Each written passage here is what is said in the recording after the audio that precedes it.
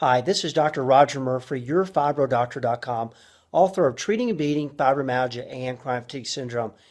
On today's fibromyalgia health tip, I'd like to offer some information that I hope will help you in your quest to feel good again.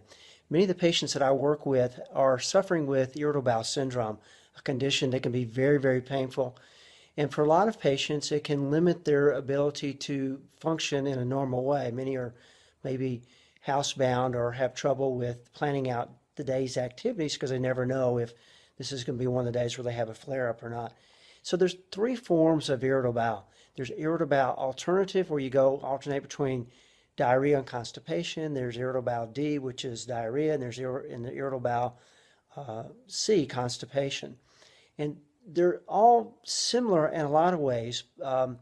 Irritable bowel can be helped tremendously by doing some pretty easy natural things. And in fact, in my patients, I find that irritable bowel goes away within about 2 weeks once I get them on the right protocol. If you have irritable bowel D, diarrhea, then typically it's because you're low in serotonin. You have more serotonin receptors in your intestinal tract than you do in your brain. So when you get under stress, you deplete your natural stress coping hormone, serotonin. And you can build serotonin up, not with antidepressants. I don't recommend you do that. I recommend you use a thing called 5-hydroxytryptophan. It's an over-the-counter amino acid that helps to make serotonin and can reduce the diarrhea flares that you get with your irritable bowel. Also recommend you take a good digestive enzyme to make sure you're breaking down your food and absorbing it. And to make sure you take a probiotic, something that will help with the good bacteria and make sure you're breaking down your food. For irritable bowel C, constipation, typically it's because you're deficient in magnesium. Magnesium is a natural muscle relaxer.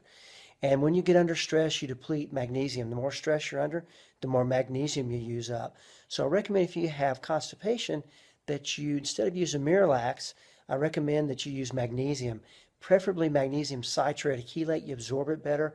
It is more effective.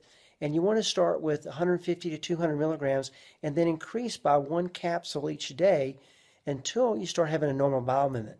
Now, if you take too much magnesium, you're going to get a loose bowel movement, so back off. But if constipation is the main challenge that you have with your IBS, the magnesium is a really good thing to start, along with a digestive enzyme and probiotic. Now, if you have IBS-A, then I recommend you do all those things. And you can learn more about IBS, restless leg syndrome, poor sleep, chronic pain, all the things that go with fibromyalgia, and even more importantly, what to do about them in my book, Treating and Beating Fibromyalgia and Chronic Fatigue Syndrome, available on my website or at Amazon.com.